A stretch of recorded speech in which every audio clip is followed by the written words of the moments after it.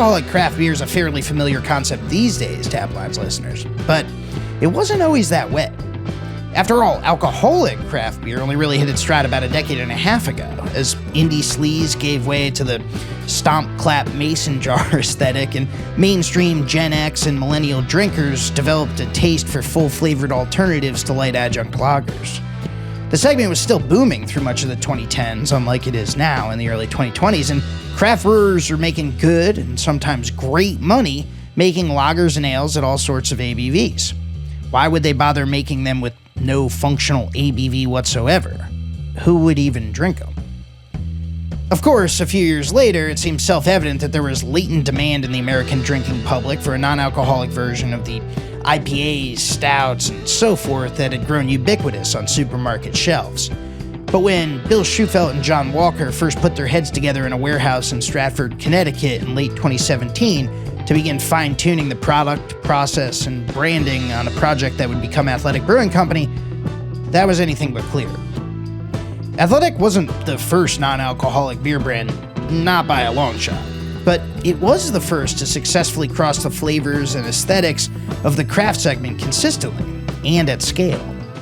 Its considerable success since first hitting the market in mid-2018 has helped open up horizons for millions of drinkers, and provided a template for alcoholic craft brewers looking to diversify their portfolios in the face of slower growth on the ABV positive side of things. Today, co-founders Shufelt and Walker joined Taplines to talk about Athletic Brewing Company's remarkable evolution from skepticism-inducing startup to the only craft brand in the top 5 best-selling non-alcoholic beers in the country. The rest are all non-alcoholic clones of macros like Budweiser and Heineken, of course. It's Bill Shufelt and John Walker, it's Athletic Brewing Company, it's how non-alcoholic beer got cool, and it's all right here, right now, on VinePair's Taplines. That's right, Taplines listener. Today, we have a couple firsts here on the podcast, the Modern Beer History Podcast on the VinePair Podcast Network. It's the first time that we're going to be talking about non-alcoholic beer on the podcast. You know, we mostly focus on the alcoholized version of this beverage we're also interested in. And another first, I'll be joined by not one, but 2 guests for this episode. And I know, you know, sort of everyone's wondering out there as you're listening, who could he be talking to? Non-alcoholic beer and 2 guests, not 1, but 2. That's right. I'm joined by Bill Shufelt and John Walker, the co-founders of Athletic Brewing Company, who you might know their beer, you might know their brand, you might know them personally. They've done a tremendous amount of work to mainstream non-alcoholic beer as a full-flavored option in the beverage pantheon. Guys, welcome to Taplines. Awesome. Thanks for having us.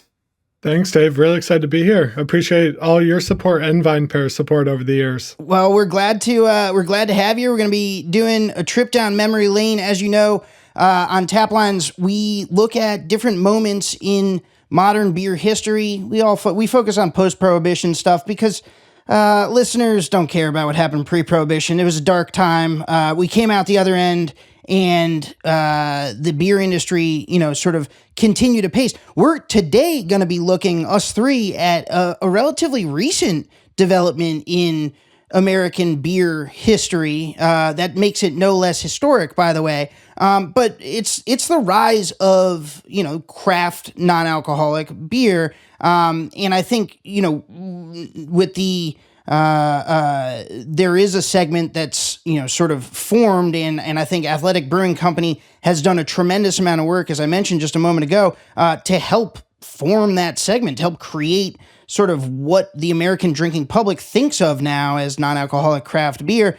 So we're going to be talking today about how that came to be, Athletic's role in that sort of market shift or that opportunity that sort of emerged, you know, midway through last decade to really find a drinker who is interested in the flavors of craft beer, but not necessarily interested in the alcohol, and talk about, you know, sort of your guys' experience, boots on the ground, as you as you go through and build the company that would become Athletic Brewing Company, developing the processes, looking around at the landscape and figuring out, hey, is there a there? Do people actually want this stuff? We think it's pretty cool. Is this something that people are going to pay money for? We want to hear it all, man. But before we do, maybe we could just, start with how you two met each other. How did this partnership, this co-founding partnership, first come to be? Yeah, I would say through a lot of rejection and a lot of no's and literally hundreds of no's till we found each other. It is funny you mentioned Prohibition in the lead up. Most people don't really think of non-alcoholic beer as emerging out of Prohibition, but non-alcoholic beer in many ways got such a tough start because it came out of Prohibition, and it really didn't need to be anything special. Everything else was regulated away. So there was just this near beer, inferior product, and it had such a terrible reputation because it was that, and it didn't evolve for 80 years until then. Yeah. Really until John took a crack at totally transforming the quality and perception of what it could be. Yeah, I would say prior to meeting up, it was basically like this was such a clear need in my life as someone who loves beer, loves good food, loves all the social situations around beer and food, but I no longer wanted the alcohol in those situations. And all of a sudden I found myself as such an outsider to the world. And yeah, really, I talked to hundreds of people before I met John on a pro brewer web forum. But yeah, I'll let John describe it from his perspective there. Yeah, being non-alcoholic wasn't necessarily in the job posting, and so I learned that on the phone call after Bill responded to my inquiry. But it was the most. I remember the ad. I remember it titled beautifully. It was like the most innovative sector in craft, and I was like, boom, love it. And then we got on the phone. He's like, wait. He's like, don't hang up, but it's non-alcoholic. What was probably ironic for him was that I got it. I grew up in a household with non-alcoholic beer around me. I grew up in the food and beverage industry. Some of my earliest beer memories were my dad chugging a non-alcoholic beer after a run, and just talking about like how replenishing and refreshing it was. So, it made sense when he was like, I want to make craft non-alcoholic beer taste good. I was like, oh, that makes sense. But I was like, I don't know where we're going to begin. And it just so happened, Bill had spent 2 years thinking about where we might begin. So when does this happen, Bill? If I remember, I went back and because I've interviewed you a few times before, and John, you and I have spoken once on the phone. I think at least once on the phone before. But Bill, I'm thinking through like my old reporting. If I remember correctly, you stopped drinking personally in 2013. Is that thereabouts? Yeah. So when did the wheels start turning for you? That even upstream of this pro brewer. I love the fact that you guys met on an internet forum. Like I feel like that can either like go tremendously well or tremendously poorly once you like go and meet people in real life from online. I've had a few of each experience myself, but before the post, Bill, like your wheels had already been turning because to your point, you felt like there was a need there. Describe the early pre-John Walker sort of gestation period before Athletic Brewing had a name or had a flagship product. Like, what did those earliest days look like for what would become the brand? Yeah. So my love of beer, I loved domestic beers and like value beer growing up in high school, like volume drinking for ABV basically. Right. And college parties, as many people. But I did go to college in the very early 2000s in Vermont, where I was lucky enough to have an incredible craft brewery right down the street in Otter Creek, but also Magic Hat, Long Trail, and a number of others were like coming up in Vermont at that time. And so we had incredible access to craft beer in that area. And so during the week in college, we started to drink really good craft beer. And that absolutely blew my mind and fell in love with it. But about 10 years ago, as I was turning 30, about to get married, taking my career very seriously, my fitness and long-term health seriously, alcohol just wasn't a fit anymore in my life. And so I was cutting back and then went to stop completely. But like I was still in all the bars, in all the restaurants, at all the weddings. I was driving my friends to craft breweries and there'd be nothing on the menu for me. And it almost immediately it started like occurring to me that there is a huge unmet need in the customer base and very few people drank as much alcohol or as frequently as I did. 60% of Americans don't have a drink in any given week. And it's like, there's a huge occasion base on the table. And that started to like blow my mind. And I'd start to share it with friends and my wife and like share the idea. And it was my wife who recognized that as an idea after complaining at dinner after dinner about the options.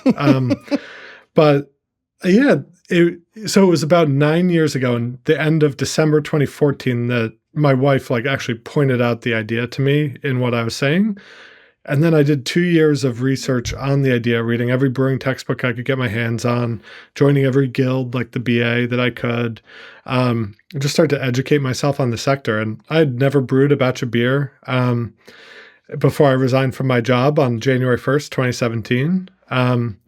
And the next 6 months after that were basically trying to really engross myself in the industry, talk to participants, go to CBC, for example, and try to meet people out there. And really, it was just totally striking out, like hundreds of conversations, and no one wanted to contract brew our beer. No suppliers wanted to talk to us, which I totally get. It's like, in hindsight, like, contract brewing wasn't a fit for us. We didn't have a recipe. We didn't have a method, and they didn't have the equipment. And so it's you had none of the components necessary to contract brew.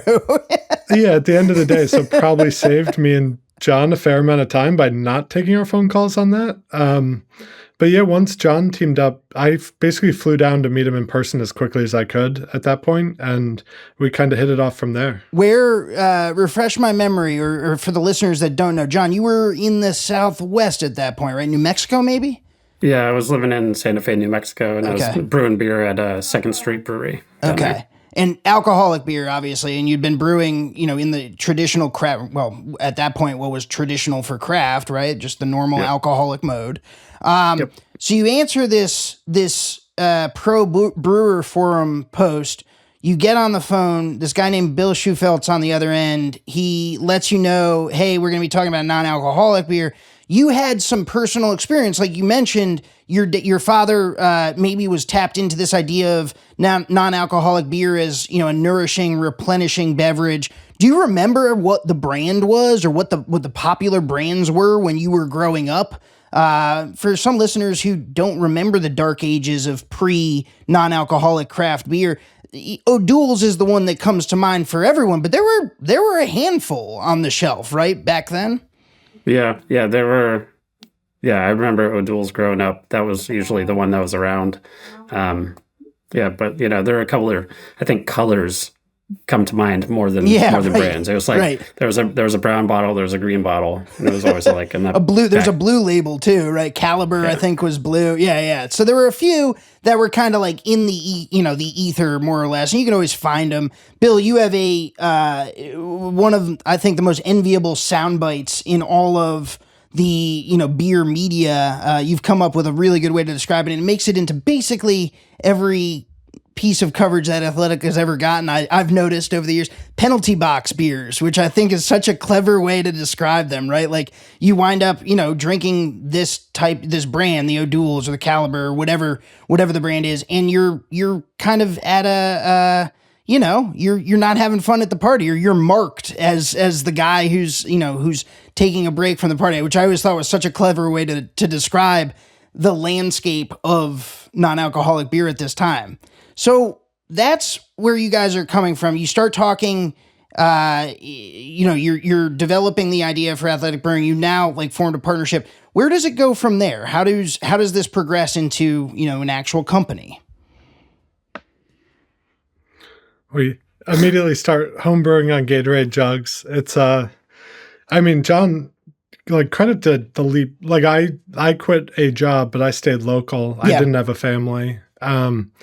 John had a 1-year-old and 5-year-old and picked up and moved across the country to homebrew in an empty warehouse with someone he didn't know for 9 months, and talk about nothing but non-alcoholic beer, which is a pretty funny concept. But also, we were so lucky to be able to build the company on a great foundation, where everything was able to be intentional. We did have such a long runway of planning and testing that we really got to know each other well. We dug into what we wanted in our employee handbook, our mission statement.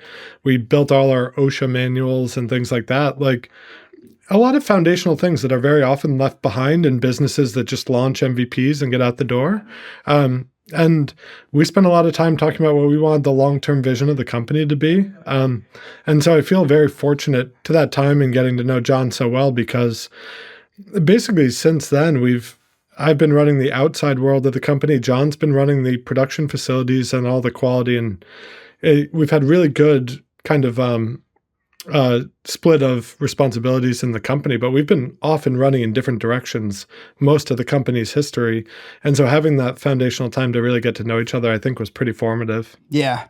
John, describe that from your perspective. As Bill mentioned, I mean, because you guys produce, even back then, was it the Stratford facility? Where was the original facility? Still in Stratford? Yeah. Okay. So, Bill, you're relatively close. You were a Fairfield County, Connecticut guy, so this is in your literal neck of the woods. John, from your perspective, it's across the country.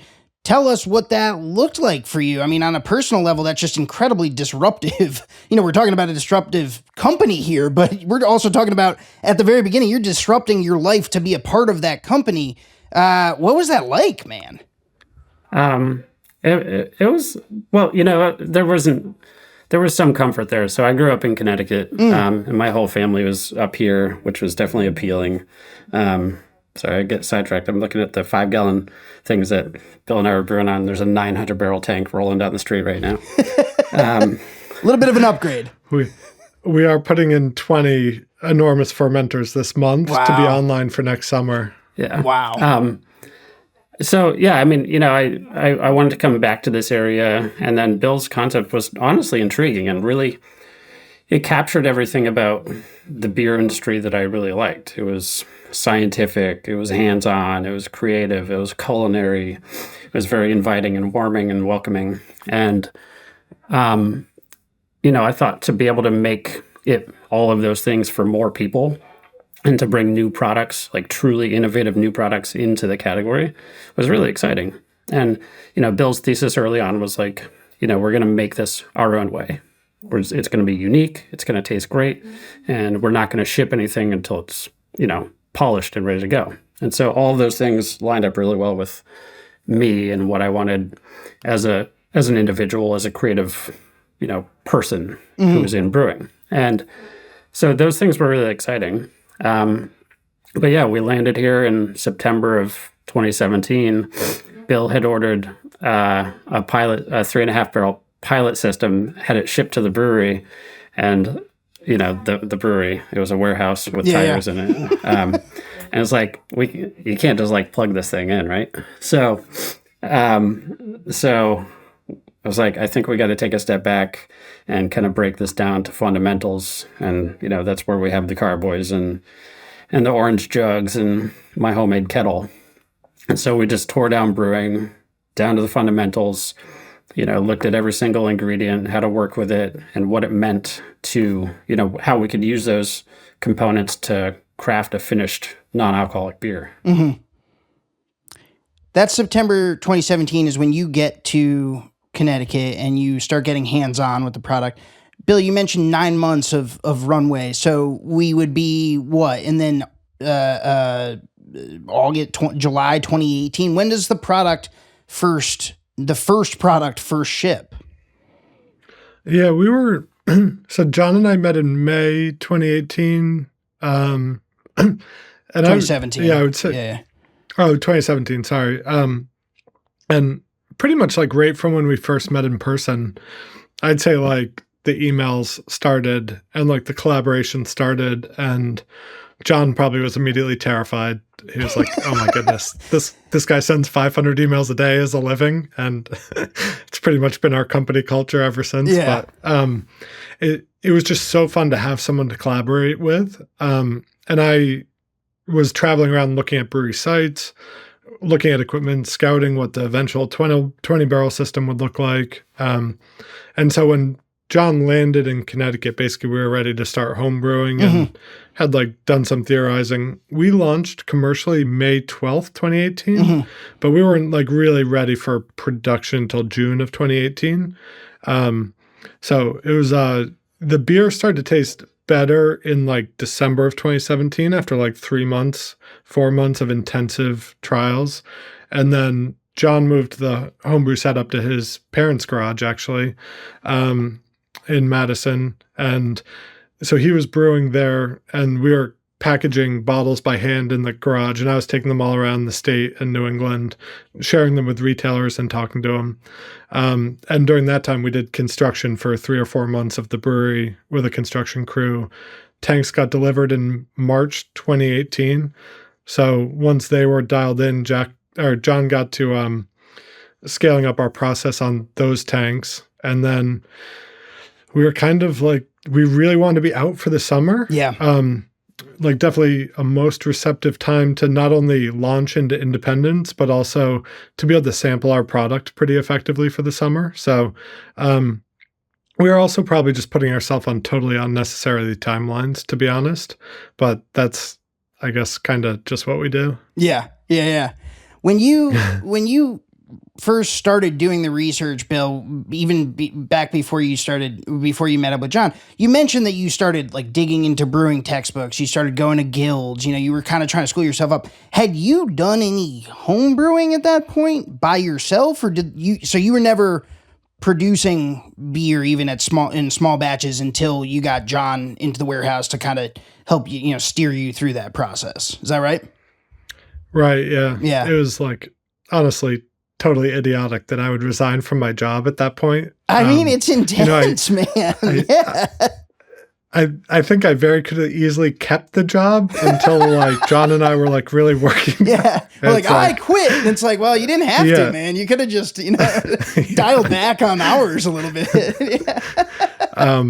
So it was kind of a burn the boats moment, for sure.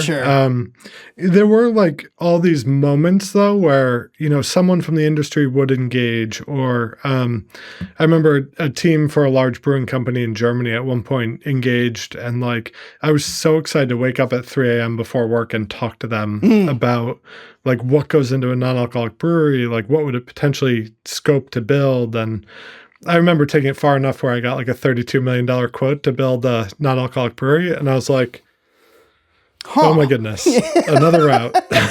Yeah. That's a lot of money for anyone. It's especially a lot of money for a 2-man crew here with, a product that's still in development at that point. Holy smokes, man. Yeah, to be clear, we raised less than 10% of that to build our first brewery. And, it was an amazing team of angel investors who, none of our investors really got to taste the beer before they invested either. Most were coming online just on narrative and John and I's enthusiasm. We did something 120 investor meetings in the second half of 2017. Wow. To raise the money to build our brewery. And then it's been that same group of investors they came back time and time again, for our Series A, our Series B, and a lot of those investors contributed to our Series C and Series D as well. So they've helped us build incrementally large breweries all along the way. Let's talk a little bit about that aspect of building Athletic Brewing Company, because at this moment, we're talking about late 2017, mid 2018, whatever, this sort of back half of the last decade, the 2010s, 2010s, whatever you want to call it, is in hindsight what looks to be a high watermark for the second craft beer boom, right? You go from 1,600 to 1,800 breweries at the beginning of the decade. You're coming up on 7,500 towards the end of the, by 2018 or so. There's just an enormous groundswell of excitement and attention around sort of alcoholic craft beer as a really exciting economic success story, a culinary success story. There's just a lot of these narratives that I think are really positive. Now, gosh, I mean, just 5 years later, that sounds like, man, I can't, that feels a lot longer ago, right? But there was this moment where there's just an enormous amount of excitement around alcoholic craft beer. I'm curious, like when you guys were going out and have 120 investor meetings, what was the halo effect, if at all, from the excitement around alcoholic craft beer when you guys were going out and trying to pitch non-alcoholic craft beer, which at that time, that was not a phrase that a lot of people were talking about. I mean, you say that, these investors were coming on narrative more than they were on taste, which is a tremendous, testament to the narrative that you guys were creating. But what was your sense, having been across the table from all of those, early potential investors, what the appetite was for, this segment that barely existed at that point? Tell us a little bit about the dynamic that you guys saw between alcoholic craft beer and what you guys were hoping to build into non-alcoholic craft beer. Yeah. I think there's a big difference between a lot of the narrative was around like, there's a huge difference between what the consumer wants and what the industry is offering right now. And we just saw it as a huge opportunity for craft beer to keep growing into bigger and bigger audiences and occasions. And like our goal has never been to stand on a soapbox and say alcohol is bad. Our goal is to say you can love the taste of this and drink it any night of the week, any hour of the day you want. Or even if you drink, it's for you. If you don't drink, it's for you. If you're driving, it's for you. If you're with your kids, it's for you.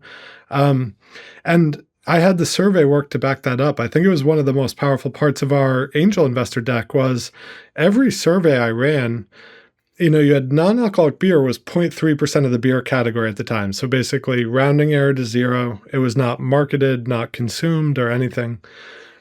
But any survey I ran, it would be upwards of 50% of people said they would drink it with some frequency, whether that's like regularly, sometimes infrequently. But even if like 15% of people are saying I drink it infrequently, that's a big upgrade from where the category was. So you had people saying they're ready for it as long as it tasted good and didn't carry the stigma. So John and I knew we had a quality and a marketing challenge. And I think that kind of proved out once we started putting the beer on the shelf in Whole Foods and like the early retailers that took a bet on us. It blew off the shelf basically. When you guys are, you said you first started doing production, in June 2018 or so, after kind of getting that initial round out in May 2018. When does it first, Bill, you mentioned sort of going around the state and having conversations with, retailers and distributors and whoever would listen, I'm sure, saying, hey, we've got this product. When does it first start to click a little bit? When do you guys see uptake in a way that's like, hey, like maybe we didn't just waste, the last 12 months of our lives on something that's crazy, or Bill, in your case, the last 3 years of our lives on something that's crazy. When does it start to say, you guys start to see like, maybe there's something here? To me, it always feels like a series of plateaus and sprints. But like the sprints are just like impossible to keep up with. And I know we've had a number of those. I think, John, you may have a different answer, but I think the first one was right around probably early 2019. We hadn't even gotten to the summer yet, and we had basically outgrown the brewery. Wow. Yeah, I think there, and then also our first distributor was Star Distributors here in Connecticut. And I remember them coming in and being like, you know what? This is going to crush it. And to have that like unsolicited feedback was kind of validating and really exciting. I was also, not sure if he was right in the head at the time, but I was like, I want you to be right. Yeah. I'm really excited for you to be right. Okay. Yeah. Gotcha. It's like, yeah, cool. This is great feedback, man. Like, are you stable? Like, does this, I like that. When you launch, commercially in 2018, what's the beer that you launch with? What would the portfolio look like at this point for Athletic? At our Run Wild IPA and Upside Down Golden. Gotcha. So 2 SKUs. What's the mix that you guys? It was just like a variety 12-pack, or are you guys just doing 12 packs of each of those? What was the setup? 6 packs of six each. packs. Got it. Of each. So when this is happening, like I mentioned just a moment ago, craft brewing, sort of as an industry or as a segment, is experiencing what in hindsight would be, the best, or even maybe a bit of downslope on what was the best, part of the big second boom for craft brewing. As alcoholic craft beer starts to sort of plateau, starts to lose some of the momentum. We see, slowing growth, and then we see, flat to slightly down growth more recently in 2023. We'll finish the year, slightly down. The craft segment will finish slightly down. That's not the trajectory that non-alcoholic craft beer has been on. And what I wanted to get your guys' take on is, as you are working, and there are other listeners, surely there are other non-alcoholic craft breweries in the country. That Athletic is not the only one. It's a pioneering one, and there's a small but growing cohort of other operators that are aiming to do similar things to what you guys are doing in the marketplace or build out this segment more. And we've also, of course, more recently seen a new interest or newfound or revitalized interest from macro brewers who have always offered non-alcoholic product, but are starting to maybe take the segment a little bit more seriously. But what I wanted to kind of frame up is, as alcoholic craft beer starts to kind of slow up, and we see, changing tastes, drinkers are going to start shifting in 2018, early 2019, looking towards hard seltzers, looking towards, trading up and out to spirits, some of these trends that we've talked about. That doesn't change the tremendous amount of growth on a small base, but still a significant amount of growth that non-alcoholic craft beer is experiencing in that time. And so what I was hoping to get your guys' perspective on is what that's like to be building a business in what turns out to be a red hot subsegment of a segment that's kind of slowing right around the time that you guys are really hitting your stride. Yeah. So there's a lot of incredibly fortunate circumstances of our company history, and then near impossible things also. I'd say if you look back at the last 5 years in the world, it's one of the craziest times of operating a business. It's just so tumultuous and random, and very hard lessons learned about, yeah, early on, it definitely helped as we were starting to raise money and think about this idea that the sound bites from 2016 were basically craft breweries are selling for $1 billion. This is how to value your brewery when you're talking to banks. It's generally $1,000 a barrel, or whatever. People were basically drawing lines from Ballast Point and Lagunitas to how to value your business, and so. Yes, the beer world sloped off a little bit at that point, but we were able to, that kind of mentality around it helps. And then we were able to show we are the next. But then also, we built an incredibly capital intensive manufacturing business over the last few years. We've built 4 breweries in 5 years, but oftentimes multi-year stages within those. So it's really helped that it was a very low interest rate environment for the beginning of that, at least. And so that's been helpful. And that kind of counteracts just how difficult the COVID period was, the supply chain crises of 2021, the inflation has been. John and I built the company to about 90 people before we had an HR department or a finance department. And we're basically wearing all the hats. At different times. So every challenge has been so unique along the way, but really fun. Tell me a little bit about scaling, John, when you guys start having success. We mentioned before scaling from, the homebrew setup into, how many barrels you guys start with on the first setup that you guys had? So we had our 3.5 barrel pilot system and then a 20 barrel production system. Okay. So you scale to that, obviously, that's your first step, and you've got to sort of maintain recipe integrity, and that's not just a linear process, right? You have to tinker with it and make sure that you're sort of making sure that things are coming through at volume in the same way that you want them to, on the smaller setup. What is it like to start scaling across much bigger systems and much different, sort of breadth than you'd ever worked with before on the non-alcoholic side of things? Tell us a little bit, from the technical perspective, some of the challenges, and how you guys muddled through them. Yeah. I mean, when you're starting out and, you've got no business and no credit necessarily, it's hard to even get ingredients. So just being able to buy ingredients was awesome. That was like an exciting first step. Yeah. Because even then you're like, oh, starting a non-alcoholic brewery. And they're like, yeah, whatever. Cash on delivery. And so, I mean, seriously. So, that was like one step. And I was like, all right, we're making headway. But the scaling, I think, is where brewing gets really fun and really collaborative, because when you're scaling things, it's all hands. There's, facilities teams, there's people who know about pumps and geometries and flow rates. And then you're talking to quality teams who know how to scale things up on the quality side.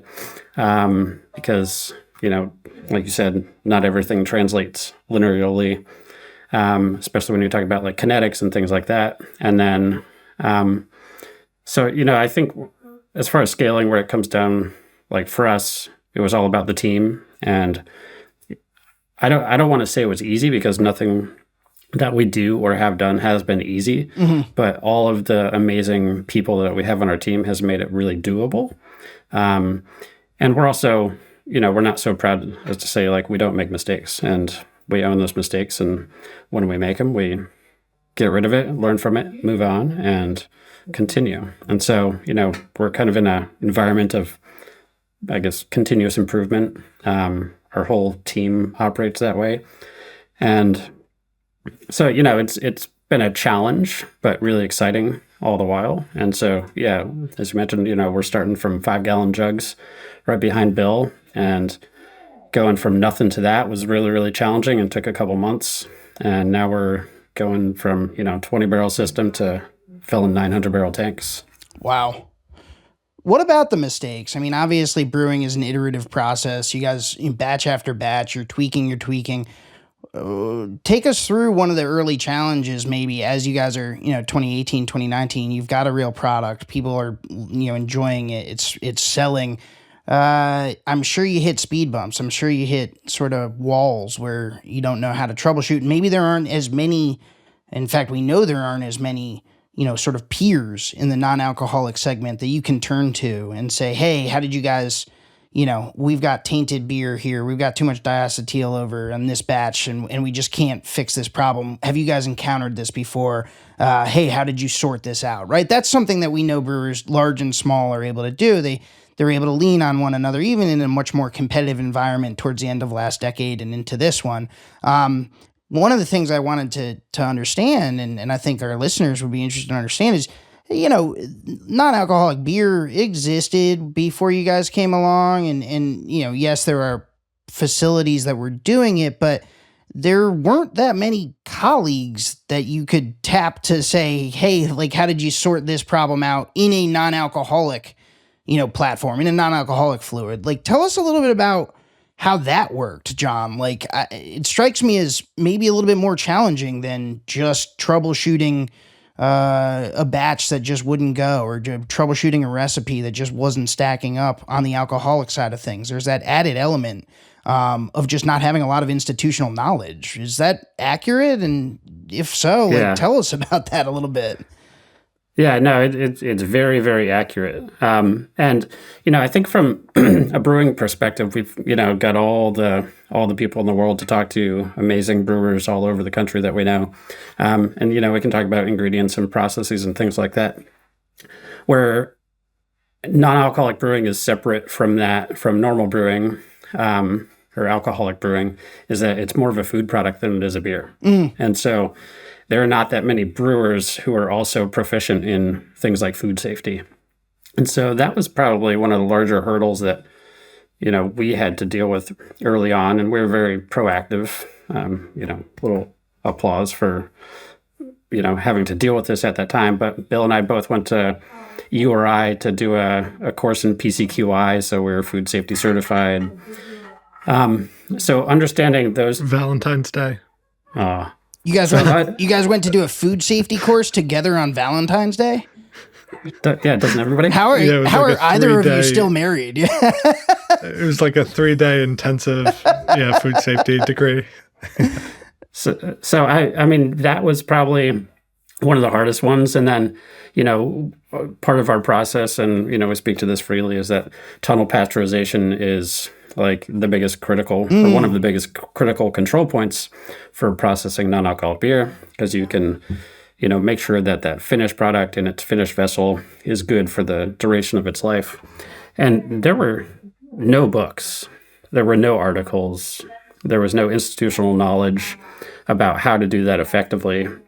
All of the machines that were being produced were, coming from Eastern Europe, and there were language barriers, even though there were doctorates in pasteurization over there.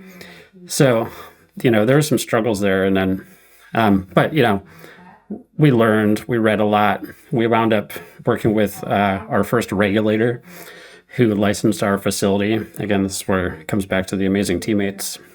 Our first regulator who licensed us in Stratford was, open to taking on a role at Athletic to help us make sure that our food safety parameters were really spot on. Mm-hmm. And then, Bill can probably tell that one big first full truckload story that was maybe our first hurdle or speed bump. Well, to add to what John was saying too, I was just talking to Russ, who just had his 5-year anniversary with us, who's overseen our lab program since he joined us, but was laughing about like how tough some of the early meetings were. Like it'd be something would go terribly wrong in a batch. We'd generally have no idea what went wrong. We'd be ready. We'd be dumping it unquestionably, but me, John, and Russ would be sitting around a table with either like printouts or textbooks trying to figure out where to start. And it was just like very difficult. And it almost wasn't worth it to brew again until we got to the bottom of it. And we didn't know how many trials it would take to get over it. And so really thankful to those teammates who joined on and went through a lot of those things. But yeah, a commitment to quality unquestionably is something we've communicated to our investors since day one. We're like, we are eventually going to get very good at this, but we'll probably have to pour a lot more beer than most people down the drains until then. And so anytime something doesn't taste right, doesn't test right, or it's close, we've had an unquestionable down the drains policy and destruction policy. And I think that suited the company and customers really well along the way. Is it easier to dispose of non-alcoholic beer because there's no alcohol in it? Obviously, are you able to just dump it down the drain without any further like waste treatment? Yeah, I mean, all of our facilities handle wastewater. We remove solids and treat it before it gets to the city. Yeah. Yep. As long as you catch it before it gets into the cans. Right. Once it's in the cans is just a whole different amount of labor for us. Oh, I can only imagine. Yeah, that's you're through the looking glass at that point. Sorry, go ahead. Speaking of that, like the story John just mentioned, we were, even though we invest a lot into our facilities, we've always operated the business on like a real shoestring budget. And so we had the business forecasted out for the next 6 months to like get off the ground. And our first full truckload shipment ever, I walked into the brewery and John was like, we got to destroy it. I don't want to ship it. It's not up to our standards. And I was like, whoa, this is like basically financial viability here. Because we don't have, it was already in cans on pallets, ready to go into a truck. We needed that revenue to bridge the next 3 months of bills. And we just crunched it. Yeah. So it poured out all the cans. What did that feel like? It was a really, I guess from the moment John said it, I knew it was the right thing. And it's kind of just moving swiftly at the hard decisions. Yeah. Pretty scary. Updating investors, raising an emergency bridge financing. It's I'm very thankful that John and I came into this business with like totally complementary skills. My main job has been to keep the lights on as we scale. And that was definitely one of those instances in keeping the lights on. Wow. That is pretty intense, man. I mean, of course, craft breweries on the alcoholic side of things, they dump beer. I'm sure a lot of craft breweries on the alcoholic side of things have the same or similar stories where they have had to 86 a whole batch and it's really awful and could be, financially damaging. I have to imagine that this was maybe, I think it's just remarkable that every step of the way, like the things that happen to Athletic, like there's just no real comp for them in the segment that you guys are, growing, not entirely by yourselves, but mostly by yourselves, right? Like there's not like, oh, look, such and such brewery like had to do this, but they were fine. It's like, well, like there's not like a whole lot of others that, you can point to and be like, hey, this business model works. Don't worry if we have to, eat a truckload here or there. Like there's a way through. I have to imagine that feels maybe a little bit more existential when, you're doing it with so few other examples of it having worked elsewhere. I think it makes it easy too, though, because tell me how. Well, because if we're going to be successful, we have to be shipping good product, and if the product isn't good, people aren't going to buy it. And if you're the only one or one of few that's trying to build this category and market, like it's on you. And so, it's the answer is easy. Yeah. It's either you grow the category with great products, or you don't build a category. This segues very nicely into the sort of, I think, the question that I'm most curious about as someone who reports on the industry. Hopefully our listeners will find it interesting as well. But there is this question of growing the business versus growing the segment, right? And we know, or if you follow the trajectory of the American craft brewing industry over the course of the past 2 decades, you know that there's a real sort of push around rising tide lifts all boats is a phrase you used to hear all the time. You don't hear it as much anymore in the American craft brewing segment, but you did for a while, right? This idea that we need to teach people what craft beer is, because the more drinkers that understand what it is, even if they're not buying our beer, like they're buying the into the segment, and that's just going to be better for everybody. And I think that there's merit to that, certainly. And for a while, I think that was the dynamic, the prevailing dynamic in the craft brewing industry. There's also this question, as you sort of non-alcoholic craft beer isn't the exact same. It's not a one-to-one comparison, but there's the question of the additional food safety component of it that you mentioned earlier. And this is what I'm getting at, is that, you're focused on not just building the brand, but you're focused on building the segment. Is that the tank, by the way? I can hear like listener, I don't know. I was like, what's going on with my headphones? And I realized it's just like an enormous tank. We may wind up cutting this out, listener, but just in case we don't, if you can hear a low growl, that is, a massive 900 barrel tank being maneuvered into place at Athletic Brewing Company's facility. So you're hearing a bit of history in the making on the background of this podcast. But to get back to my question, this idea that sort of we're building the brand and we're building the segment, but it strikes me that non-alcoholic craft beer has some additional and quite serious requirements when it comes to production quality and standards than alcoholic craft beer does, right? Like an alcoholic IPA, if it's no good, okay, like that sucks and I just wasted $8 on it, $10 on it, whatever, and maybe I'm turned away from the category or the style a little bit or whatever, but I don't have botulism, I'm not vomiting, right? But food safety, because there's no alcohol in non-alcoholic craft beer, of course, is right in the name, you have a less of a safety net in terms of, or like there's one less line of defense, and it's an important line of defense from preventing drinkers from drinking tainted product that can actually harm them. And what I was hoping to hear from you guys, as folks who have been working on this problem, both from a business standpoint and from a food safety standpoint, is how that dynamic plays out and how you think about your responsibility, not only to athletics, customers, but also to non-alcoholic craft brewing as a segment?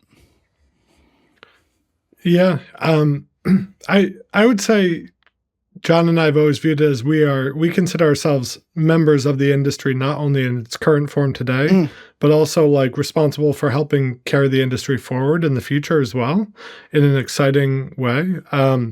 And we totally realize that coming into the category, we are standing on the shoulders of giants, whether that's Ken Grossman, Jim Koch, or any number of great craft breweries that came before us, or breweries for that matter. I mean, the macro brewers did a huge part in putting beer on the map in America. Of course. And we know that, I could say I love citrus cacao IPAs all I want, but we would not be able to sell a single one of them had craft beer not been like well socialized and taught. And like we're for sure doing our part in marketing, but like a lot of people have built that up and the awareness and the knowledge before us, and we're incredibly thankful of it. Our job really is to steward that forward into the future. Try to bring a whole new bunch of people into the category, make it safe, exciting. We think we're looking at generational unlock of occasion growth, which is probably the first occasion growth beverage alcohol has had in decades. So we think we can really unlock a lot of growth, and we're trying to do it in a positive some way. John and the brewing quality teams have been doing a great job of interacting with the BA and sharing information forward that way. I helped form the Adult Non-Alcoholic Beverage Association, ANBA, and we're trying to share learnings with both smaller brands coming behind, but also working with government agencies to kind of protect the future of this category and make sure the regulatory landscape is clear for it. So in many ways, it looks a lot like what craft beer did, call it 30 years ago, 35 years ago. And so working with a lot of the same players to like open up the future of that. But yeah, we're trying to think of it as a very positive some way where, I keep going back to the stat I always say is that people are not drinking alcohol 99% of the time they're awake. And that is a lot of time that they could potentially be drinking beer that they're not drinking beer, and a lot of people too. So we're really committed to marketing the category and growing it. And we know there's going to be a lot of opportunity for a lot of brands to join in. Right on. What about, that was a fair answer. I think what I was trying to get at, and maybe I sort of stumbled over the question, was if I drink a bad non-alcoholic beer, not from Athletic, I'm not saying that you guys, make tainted beer, but let's say that there's another brand out there that's putting out bad beer, there's a chance I get really sick. And there's a chance that I say non-alcoholic craft beer is bad for me. I last time I drank one of those, I got sick. In other words, like it seems to me that there's more of a danger because we saw this happen in craft brewing on the alcoholic side thing too, right? Like the first boom sort of has a flop or has a slump in part because a lot of bad beer floods into the market and people just kind of get turned off to the segment in the late 90s, early 2000s, right?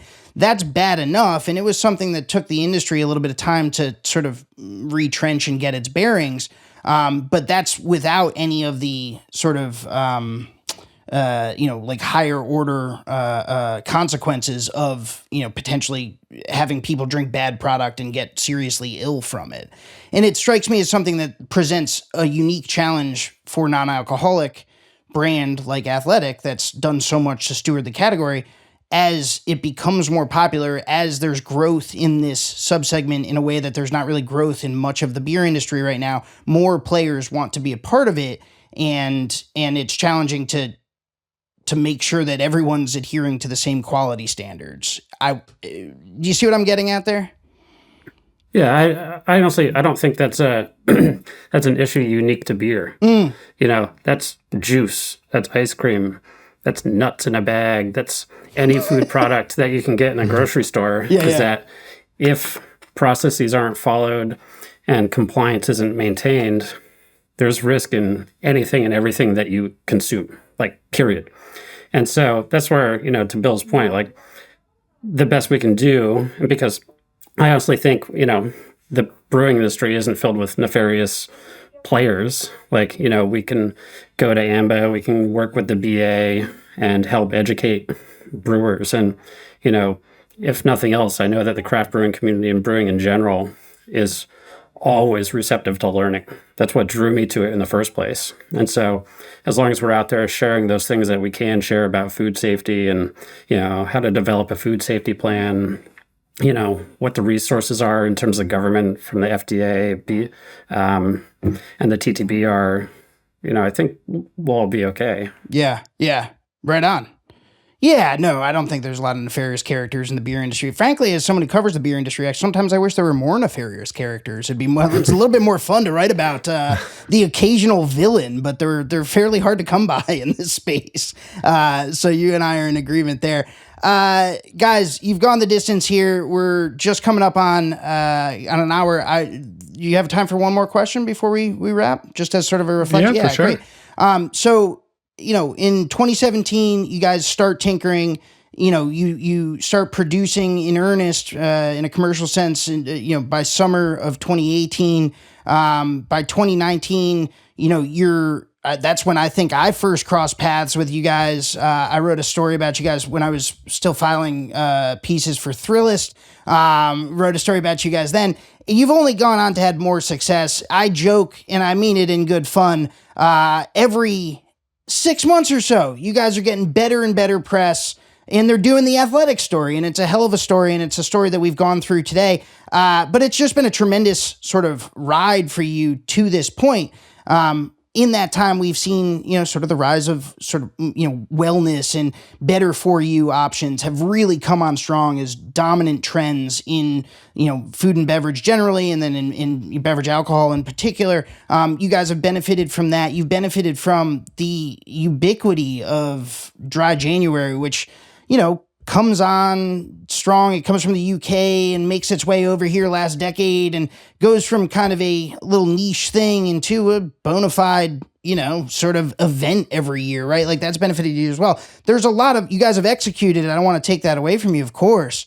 You guys, Athletic has been in the right place at the right time. And then you guys have gone out and done what you needed to do to bring non-alcoholic craft beer to people. I wanted to just give you guys an opportunity to reflect on the journey that you guys have had so far and maybe talk a little bit about where you hope that it goes next. You're already having all this success. You're already doing all this growth. I mean, what is success for you guys look like for both the brand and for the non-alcoholic craft beer segment?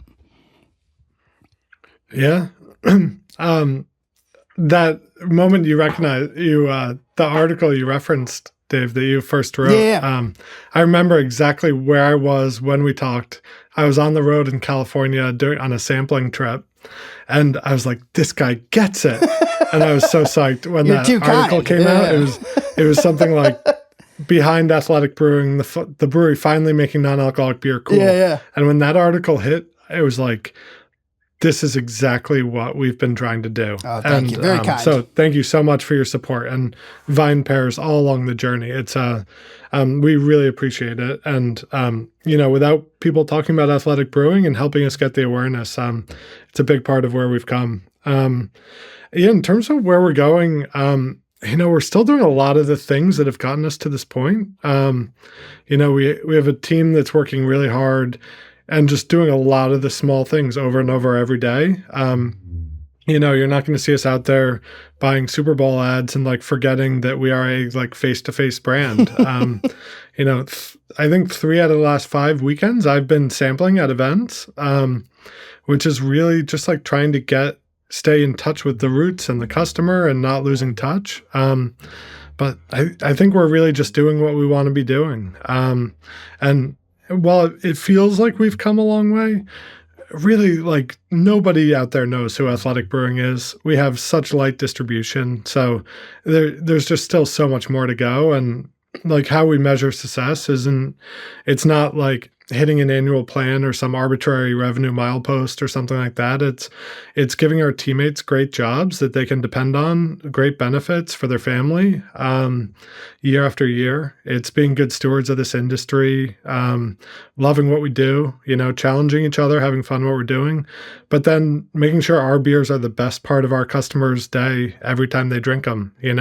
Beer is expensive these days, and if someone's going to crack a $2 beer at home that has our name on it, we want it to be like the best part of their day.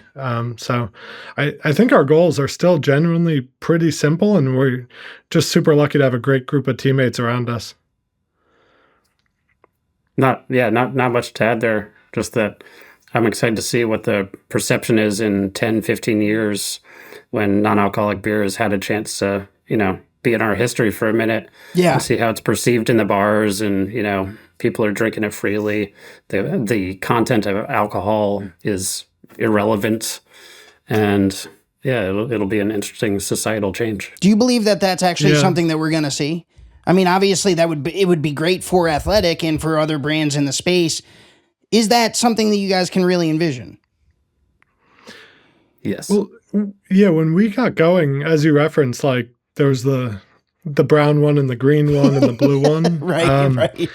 But like not a name brand in the category at all, Yep. or at least for good reasons. And there were maybe 6 to 10 SKUs in the category. Now, like, of course you have Athletic, but we're not delusional enough to say our brands are as well known as like Heineken, Guinness, Bud, Stella, Sure. Peroni, Corona. You have 2 roads down the street, Sam Adams, Lagunitas, Brooklyn. You're going to have Sierra Nevada this year, Blue Moon this year.